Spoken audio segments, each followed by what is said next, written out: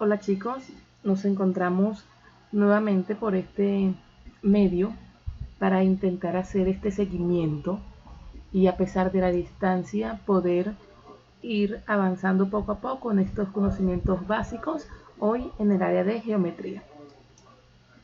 Para el día de hoy vamos a trabajar sobre los triángulos. Y antes de avanzar en lo que corresponde a propiedades, clasificación y demás, vamos a verificar que tengamos claros cuáles son los elementos y a utilizar ciertas estrategias que nos permiten trazar triángulos de una forma un poco más sencilla. Lo primero es que vamos a hablar entonces de los triángulos y vamos a hablar de ellos trabajando con una supra de polígonos. Los triángulos no son más que figuras planas cerradas de tres lados. Necesito que estén mirando constantemente la gráfica para que puedan ver los elementos. ¿Cuáles son los elementos entonces de los triángulos? El primer elemento son los vértices. Los vértices son los puntos de intersección de cada par de rectas. Se nombran con mayúsculas. Normalmente ustedes los vértices los pueden colocar con puntos o los pueden solamente unir. Es importante que tengan en cuenta, como aparece en la gráfica, que siempre deben ser mayúsculas. ¿Listo? Y son justamente esas letras mayúsculas que designamos las que le dan el nombre a los triángulos. Por ejemplo, este triángulo recibe el nombre del triángulo CDN por los vértices con los que trabaja. Otro elemento son los lados. Los lados son segmentos determinados por dos vértices. Se nombran con la misma letra del vértice opuesto, pero en letra minúscula. Quiere decir que vamos a trabajar siempre entonces con las mismas letras. Para los vértices mayúsculas y para los lados en minúsculas. Para trazar con tranquilidad estos lados, como está en gráfica, podemos ubicarnos en el ángulo y justo al frente, si el vértice es N, entonces el lado que está justo al frente es el lado N. Nos ubicamos en otro vértice para hacer el ejercicio, por ejemplo. Si nos ubicamos en el vértice C, el lado que está justo al frente, el opuesto a él, va a llevar el nombre del lado C. Y si nos ubicamos por último en el vértice D, el lado que está opuesto a él va a ser entonces el lado D. Y esta es la forma más sencilla de que ubiquemos los vértices y los lados. Otro elemento fundamental son los ángulos internos. Los ángulos internos están formados por los lados consecutivos. Quiere decir que si yo me ubico en el vértice D, los lados que me forman este vértice son el lado N y el lado C. Ahí se me va a formar entonces un ángulo interno, que los estamos designando hoy con colores naranjas. Y si vamos a hablar de ángulos interiores, entonces se hace necesario que hablemos de los ángulos exteriores. Los ángulos exteriores son los ángulos adyacentes a los ángulos interiores. Y quiero que presten mucha atención, muchachos, porque para trazar adecuadamente ángulos interiores yo voy a necesitar extender ciertos lados. Miren cómo extendí los lados. Ahora voy a trazar los ángulos exteriores. Son los adyacentes. Y ojo a la condición. Un ángulo interior y un ángulo exterior suman entre los dos 180. Entonces entre los dos forman un ángulo llano que ya hemos estudiado.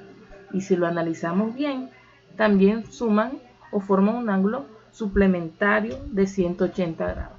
Miren los adyacentes entonces que los hemos denominado acá con el color verde. Si ustedes lo analizan bien, la suma del naranja y el verde tendría entonces un ángulo de 180 grados. Quiere decir que si mi ángulo interno es de 60, mi externo va a ser de 120. Ahí hemos hecho un pequeño recuento a lo que corresponden a los elementos de los triángulos. Continuamos ahora con la aplicación de estrategias sencillas que nos permitan trazar triángulos. Como estamos en medio de la pandemia, entonces vamos a utilizar una herramienta que sé que sencillamente tenemos en casa, como es nuestro transportador. Entonces el ejemplo consiste en graficar un triángulo denominado MPD, que tiene un ángulo interno de 100 grados y tiene otro ángulo interno de 20 grados. Lo primero que vamos a realizar es trazar una línea recta, horizontal, que vamos a utilizarla como nuestra base.